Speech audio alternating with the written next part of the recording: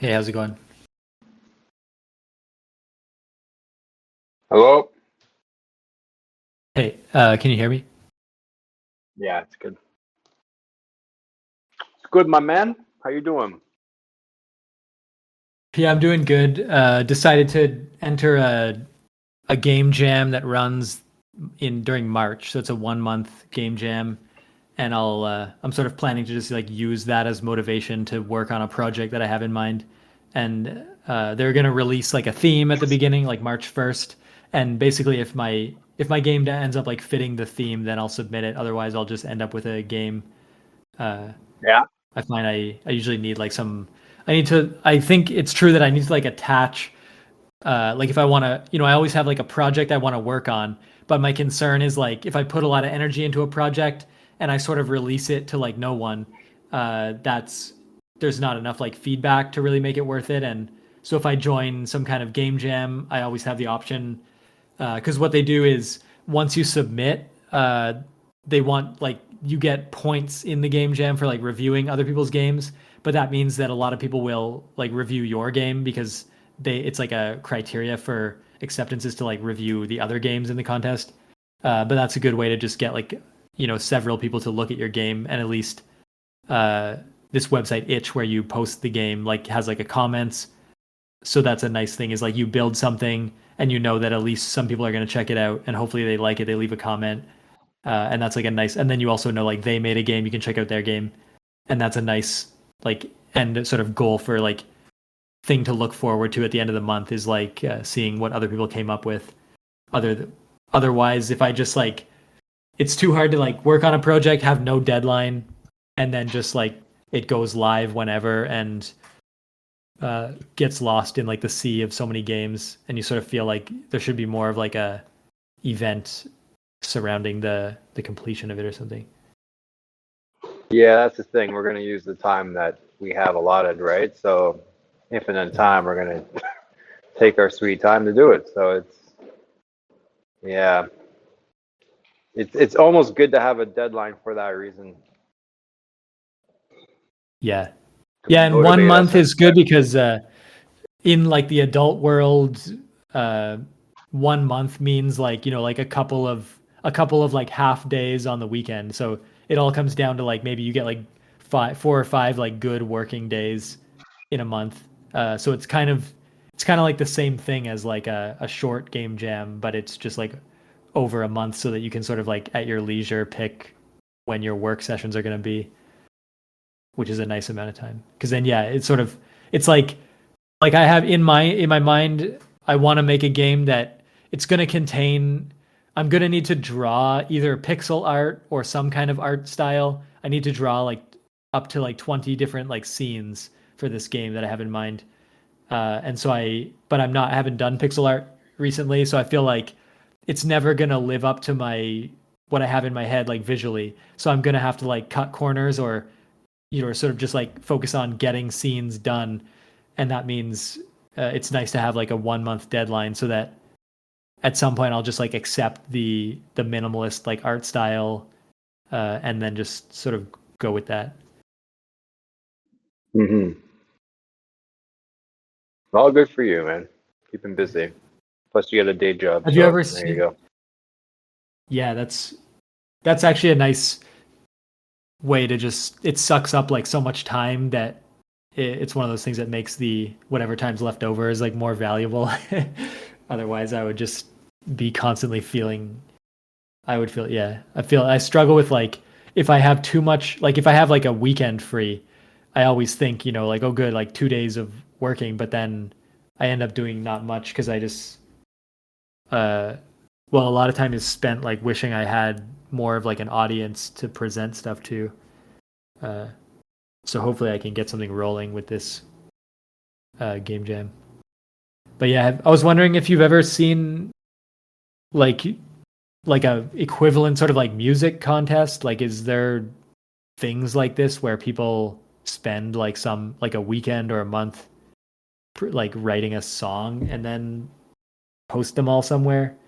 I started to see ciphers, like people do like freestyle ciphers. There's definitely like contests where everybody will write like 1 minute like freestyle rap, and then someone listens to them all like on YouTube and judges the winner. Yeah, you're asking the wrong dude. I live under a rock and I stay off social media now. So, Brian Johnson raises a good point. It's like he's comparing social media to almost being a toxin that accumulates over time and causes damage. So yeah, man, I try to like just avoid shit. So I'm not really looking for things like that. Yeah, that's the it's interesting that like a lot of the ways that like I feel like it increasingly it's like the ways that I find community are on these little pockets on the internet. But yeah, there's so much like noise and like danger. That's the like almost like the impossible challenge is like go to YouTube, find the good videos, like go find the good Discord communities, and then like avoid just watching like infinite videos of like clickbait, like overhyped stuff. Uh, yeah, people, it comes back to like the algorithm is bad. Like someone actually, I heard on a podcast today, someone made the point that every new like internet community, it starts out with like a bunch of cool stuff on it and like people that just want to share stuff. And then it over time though, it becomes like the people that rise to the top and the posts that get promoted are the ones that just happen to like get the most attention for whatever reason. And then over time it just becomes like everyone is trying to maximize like the amount of attention that they get with every post. And that's sort of why, By every older community does kind of become that. Yeah. by satisfying the algorithm, and then that's what it becomes. It's just catering to the fucking algorithm, which is bullshit. Yeah, I heard as well. So, Like they were comparing it like different generations. Like they were kind of saying like generations that existed like before the like social media a little bit or the widespread internet. We sort of like we at least did stuff that we were personally interested in, and then we tried to sort of like bring that to the internet. But I feel like now, like younger generations are like they have less ability to like earn money and less of like a stable workforce. So then basically like when a younger generation like thinks they need money and then they just equate like the way to get money is to like get attention on TikTok or YouTube. And so then their whole whatever they do just becomes like what is the thing that gets the most attention, and that becomes like the foundation of their development as like as a person who's like whatever they think is important just is like whatever gets the most views and therefore money, and therefore that's what they need to like survive. But it's interesting to think like someone who like literally grows up with that feedback loop. It's hard to imagine their brain is going to develop in a way that we'd understand. It's going to be just like the algorithm is like encoded in their mind. yeah, they're not. They're not. They don't have a I great. think it's impairing their development. Frankly, I really do. I think that social media is just fucking rotten, and it can change the plasticity of the brain and how it forms. Not a good thing, man. It's just from my experience Yeah, with it. It's super lonely. It's isolating. It's addicting. It really is, in a way, toxic. Yeah. Yeah. Yeah, it's fascinating to it's like something that's been presented to us for so long as just like this is just normal, this is what the internet is. It's almost like like when everyone like back in the 80s or whatever, like they all smoke, there's like ashtrays everywhere, there's everyone smoking, and then suddenly they say like smoking is bad. And it's like, well, how could it be bad if literally everyone does it like all the time, constantly? It's just like such an ingrained thing in society. It's this moment where it's like, wait, like this is bad for us. That's not good because it's everywhere. And it's like the same thing now. It's like, well, social media can't be bad because that's the only way that we communicate and everyone communicates all day. But it's like that's what makes it so bad is that every aspect of our lives is like connected to it, and it's like advertised and forced on us. And then yeah, like it takes a couple generations to see the side effects and then prove that it's kind of the same as smoking in a way. Like it eats away at you mentally, same as smoking does physically. Mhm. Well, there's one good example though of like I guess a lot of people, they fall into this like trap of like doom scrolling. But there was this movie that came out that is actually really worth seeing right now. It's got a weird name. It's called Nirvana, the band, the show, the movie. But I watched it and I thought it's a really good Canadian like film. Like it's very, if you watch it, it makes you feel like this is like, this is Toronto, Canada, and this is a really cool film that captures like what I would say is like the Canadian like Toronto culture in a way that's like it makes you feel like this is Canadian cinema and like I'm proud to, but it's like a comedy film essentially. But it almost like taught me about like, oh yeah, like that's the culture that I'm from, like this wacky, however they're portraying Toronto and like the situations they get into. But the way it ties into kind of social media is that, well, I mean, the director and the main actor of this film, it's the same guy who did the Blackberry movie. I don't know if you saw the Blackberry one, but it's the same, like that movie. I thought it was pretty well done. And this just happens to be like a good director. He made this other, like this Nirvana, the band movie. But it started 17 like years ago. The guy who made this Nirvana, the band movie, like made like a web series, and this was like 17 years ago. Basically, like web series were like the new thing that never really got super popular, but like people would just post, like they would have like their personal website. They would post videos, like 10-minute videos for whoever could like find. It was just like word of mouth is how these things would like spread. But it was like him and his friend and like two of their friends with cameras filming what ended up being, it was sort of like a funny, silly like web series where they kept trying these like wacky schemes to get their band like booked at a club called the Rivoli, just like for no apparent reason or whatever. But it was like that was the premise of what they like the shenanigans they would do in each episode. But that, I guess, like that had a small following, but it was really like these two guys who made this show like following their passion. Like they were just like, at first they were goofing around, they made it into a web series. Later it got picked up by like Vice and made into like a show. And now they've now like encapsulated it as like a movie. And you don't really need the context of the show to like enjoy the movie. It's sort of like a standalone thing. But it's definitely like a guy who was like making content like pre YouTube, just posting videos to like a site somewhere. I don't even know where it was. And then in that way, like creating content that like shaped his vision and informed his like comedic like sensibilities. And then now we have like this movie that kind of came out of nowhere it's like funded by some grants from the Canadian government. And it really is like you can totally see like the vision of the creator in the film. Like it's a pretty wacky film, but it's definitely got like a very like nice like feel to it in terms of what it does. Yeah. What's the film called again?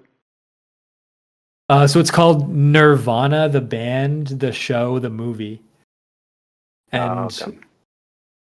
yeah, essentially, I guess it has nothing to do, like, because there is like a famous band called Nirvana. I guess that was Kurt Cobain and like from Seattle. But this has nothing to do with the actual Nirvana, but it is called like Nirvana the band. And I think the joke is like they're sort of like using that copyright in fair use because they sort of like they're jokingly calling themselves like Nirvana the band. Like in the show, they're trying to book a show at like a very tiny club, but they're obsessed with getting a show at this club. But instead of just like booking a show, which was probably pretty easy, they do all these like absurd like schemes in order to try to like trick the club into booking them so they can just launch their success. But they're just like two guys in an apartment. They don't even like have any songs, I don't think. but then like the web series was called like Nirvana the band, the show. That was a web series. And so now they sort of continued that like naming convention and calling it the movie. Even though they knew like that makes it really awkward and hard to like communicate the movie because it's like a complex weird name. And they said like marketing people advised them like against it, but they're like, we have to do it to like be true to the to the show itself or the movie.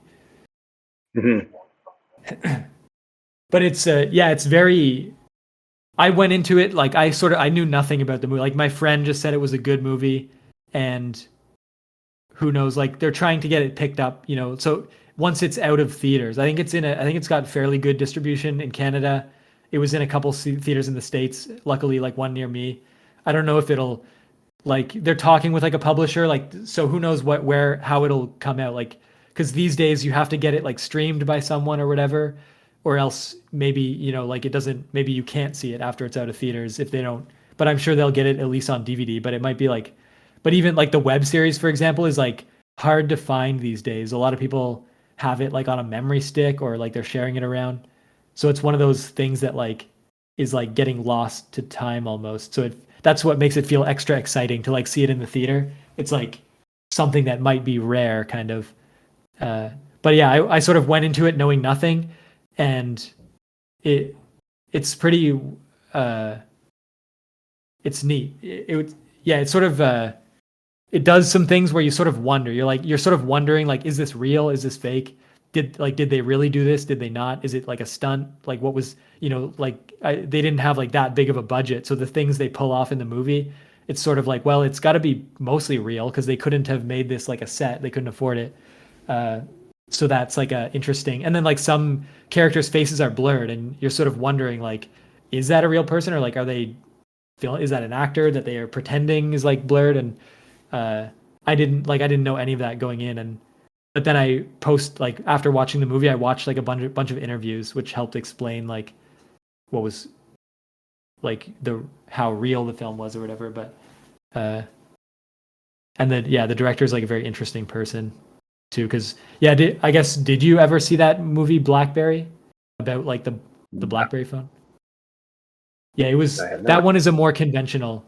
It tells the story of like BlackBerry, the company, and it starts like before BlackBerry was founded. It shows you like it's sort of like a dramatization of the founders. Like there's just like two guys, like, once again, that found this company BlackBerry, and they make a phone with a keyboard, and it starts like taking off, and then they get like this wild success, and then it sort of leads up to like the release of the iPhone, and then sort of how that made like BlackBerry irrelevant.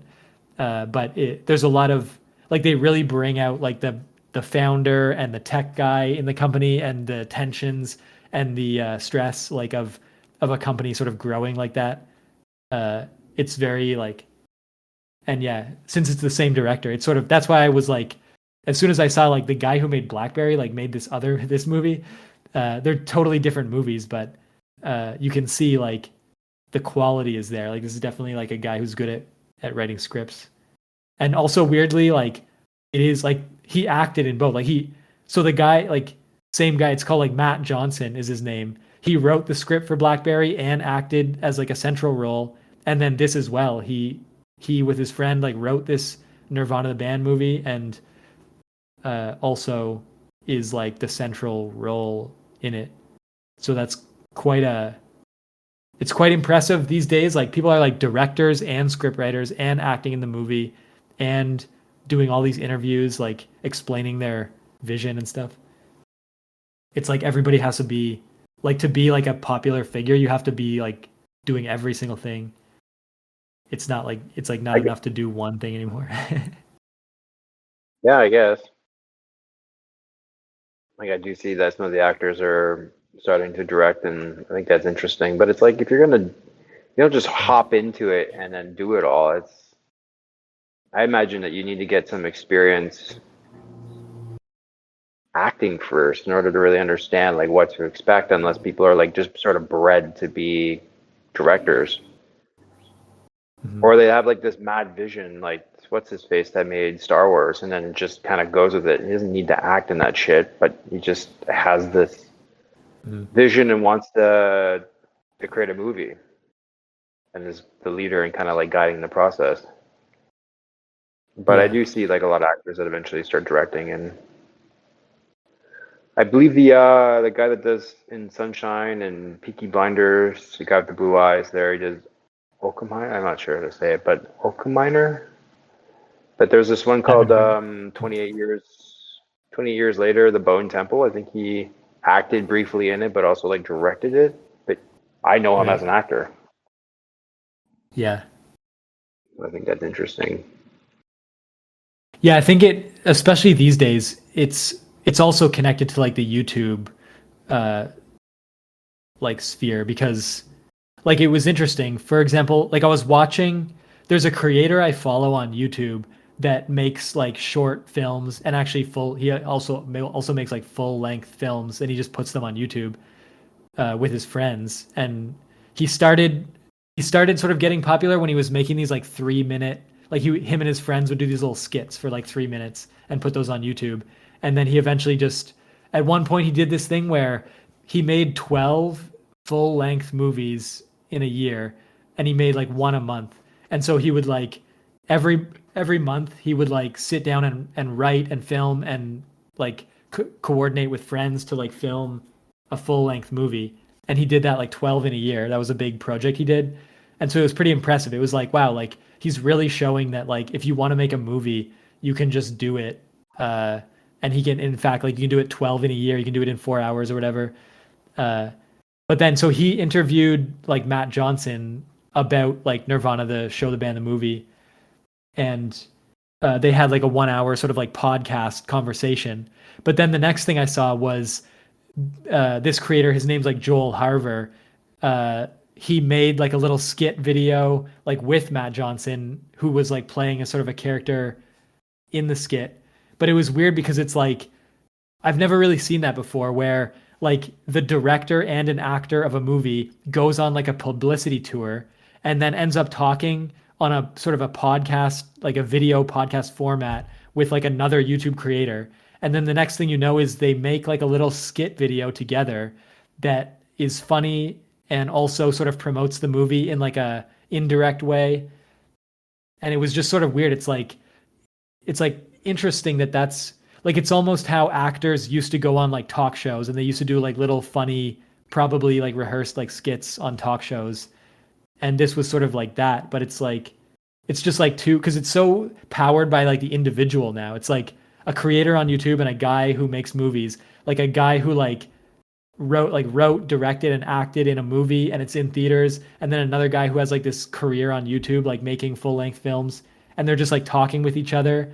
And a lot of their conversation is like the fact that anyone can do it. They're sort of like, you know, like if you want to make a movie or whatever, just like do it immediately. And the first one is not going to be good, but like you have to do the first one so that you can learn, and then do the second one. And then that's how you like, you know, that's how the ball gets rolling. You meet people, and then if things are going to happen, they start coming together. But sort of the emphasis on like no budget or low budget, or like just use whatever you have, or like just get footage and then tell a story afterwards. And then they also talk a bit about how it would be nice to have like even more funding for film, like in Canada. I guess they have some grants, but not so many.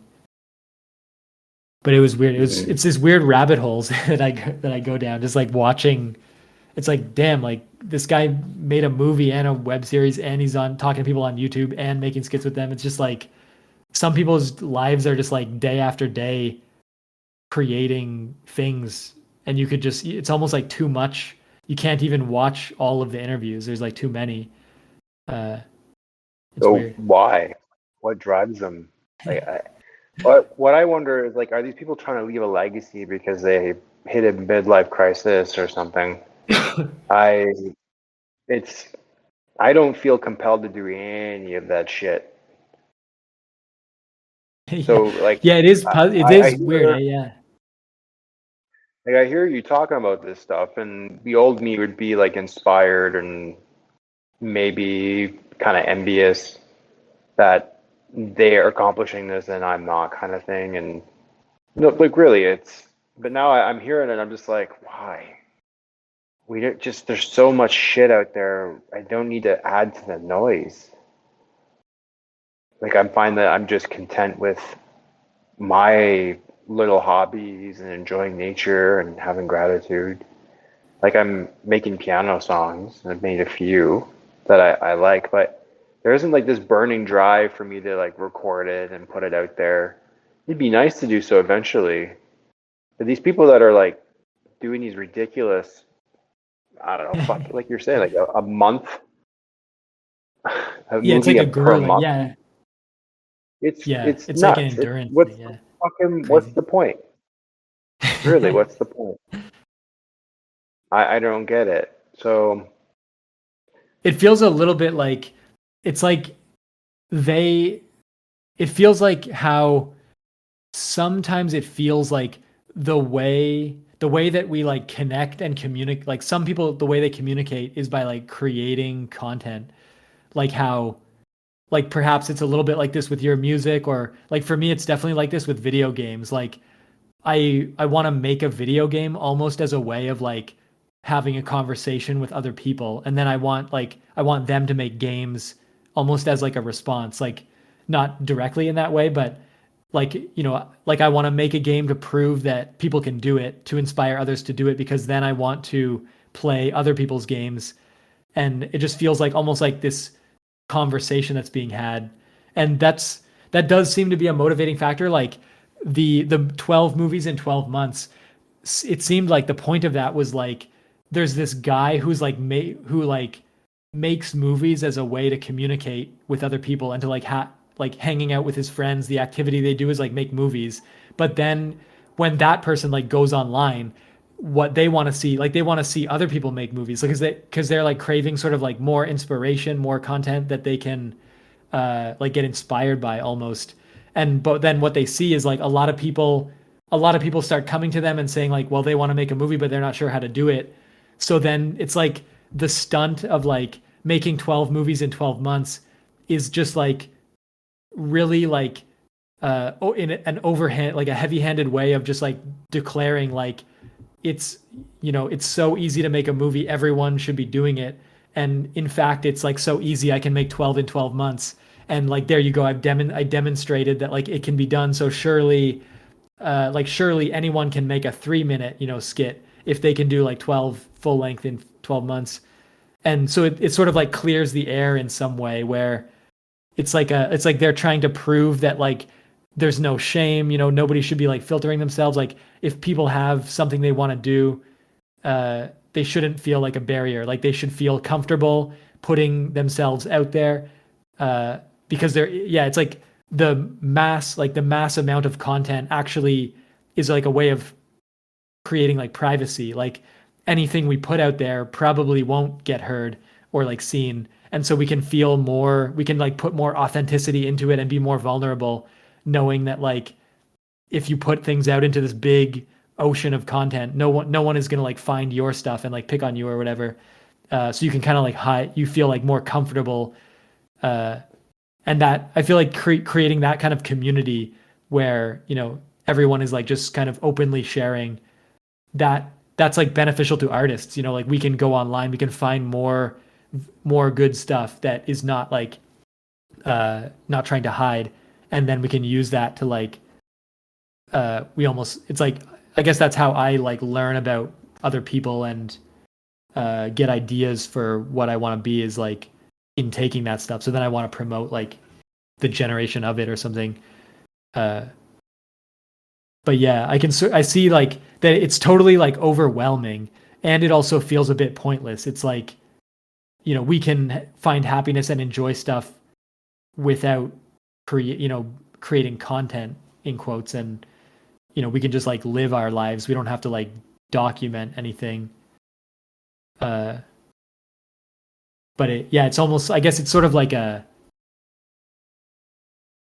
it's like almost like wanting to find other people with similar mindsets. And so it's almost like planting these little, like making these little things that if other people find it, they'll sort of understand what you're about, and then you can get in contact with them, and then the community actually, like you have this growing community of like real people, friends that found each other by stumbling on each other's content.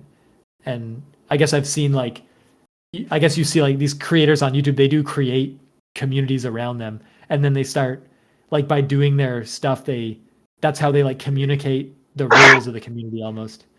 Uh, so that's what I see emerging a little bit, is like every time we put out content, it ends up like attracting people that like the content, and then they make content, and then it starts to create community. I guess that's just sort of I guess that is like in every, like communities always form in that way.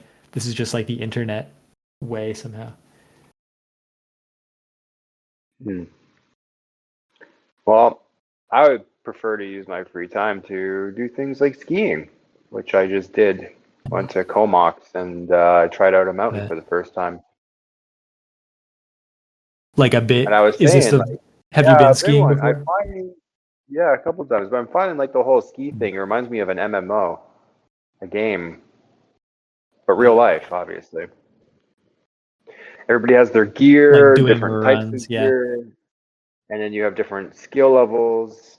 And when right. you're like just starting out, you can Oh see yeah, like people have these incredible abilities, and they can handle the harder content. And you're like, fuck, I want to do the harder content. And if you do the harder right. content without the skill, you die. But then you don't come Yeah, back, or you get injured, right? So it's like yeah. It's I, permadeath. yeah, I find it fascinating, and you can see people that have been doing it for a long time and just like effortless. They're masters, and but what's cool is like it's fun, and then there's a physical component to it as well. I Yeah, think skiing or those kind of activities, like it doesn't have to be a solo thing. Like you could go by yourself with an open mind and like meet people, or go with a friend. But it really does yeah, remind me of an MMO. Like it's pretty incredible. yeah. There's like cross country skiing is also interesting. The trails being more flat, and you can like go with a group or something, and then it's more, you're like in the woods. It's less like, ride the chairlift and go down. But it is fun downhill skiing. I did downhill skiing a lot, like in high school and stuff, and yeah, it's super fun. And then I just didn't, like, once I like not having a car and having smaller apartments where I don't have skis, I basically haven't skied for like 15 years or something, because I just have not had the equipment or the transport to like go ahead and do it or something. Yeah, it's kind of a schlep. It's a lot of work to get to a hill if you're not right near one.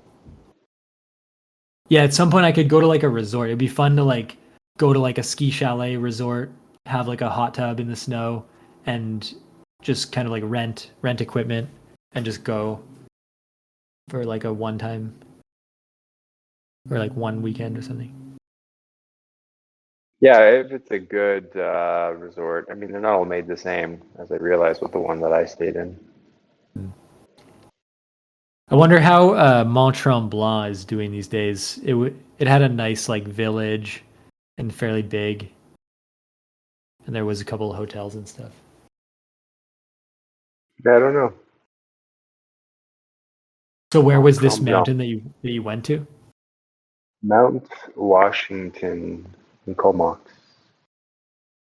Yeah, Yeah, I've definitely heard of that. I've never looked up exactly where that is. it's a good go. Yeah, I forget actually what. I guess Mont Tremblant is not a very. It's like a pretty large hill, because I started on very small hills. Then Mont Tremblant was like a bigger hill. I think once maybe I've been to some like large hill that was like quite large and took a while to get down, but I forget the details of that. But yeah, I never. That's one thing I would have been fun to do more, is like be on the big mountains, which I never really did that. Yeah, it's a blast. There is a I want to go video now back. of there was a person that skied down Mount Everest, and there's like a good video of that. It's pretty crazy. Like, and lived. Yeah, To tell the it's tale? like a great Really? video. I think basically they get dropped by like helicopter onto the top, and it's like a clear day, and there's good like drone footage, and they start skiing down like right from the top, and they picked some kind of route that was doable, and uh, yeah, it's a pretty epic video. They did like they planned it well. Wild. I didn't even know. I thought like helicopters couldn't like fly that high because of the oxygen was like too thin, but I guess if they're not landing, it could. But it was interesting to me. Like I thought that was part of the allure of Everest was like you can't like just fly to the top, but if you can, it's kind of weird. It's like in that case, why don't people just like fly there and jump out, like touch the flag and then get back in? It seems like a rich person thing to do, to like just skip the whole climb.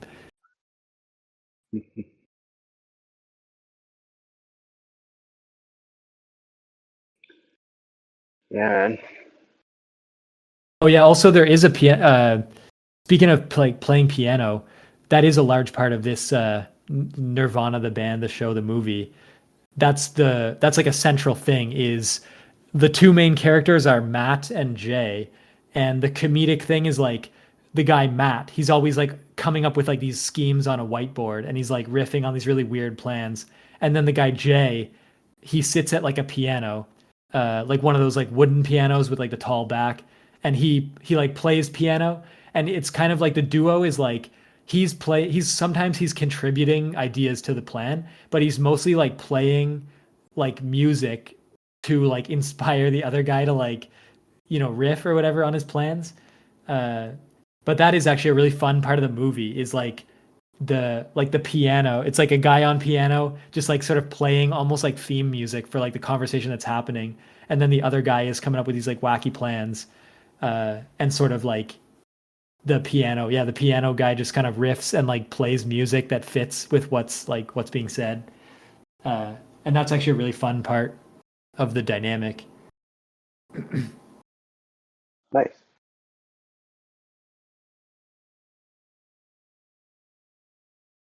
Well, my dude, I don't know if I have much else to talk about or share this time. I'm just living a good life, and yeah, just reducing inputs has been it's been good. You know, cortisol's coming Yeah. down, stress is going down, feeling better. Yeah, that's good to hear And that process is going well.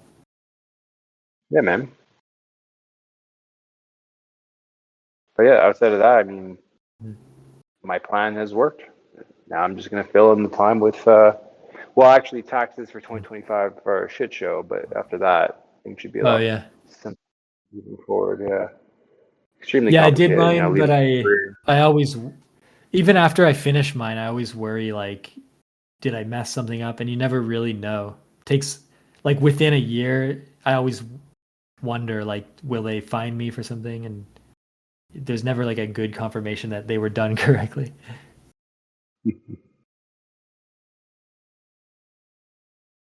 But yeah, yeah, if you have a chance to check that movie out, next time we talk, I'd be interested if you end up like seeing. I don't know how long that movie will be in theaters or whether you'll end up seeing it, but uh, it's pretty fascinating. yeah, man. If I see it, Mm, all right, buddy. yeah, yeah. I'll probably see you next time then. Okay. Have a good day. All right. Yeah, too. Bye.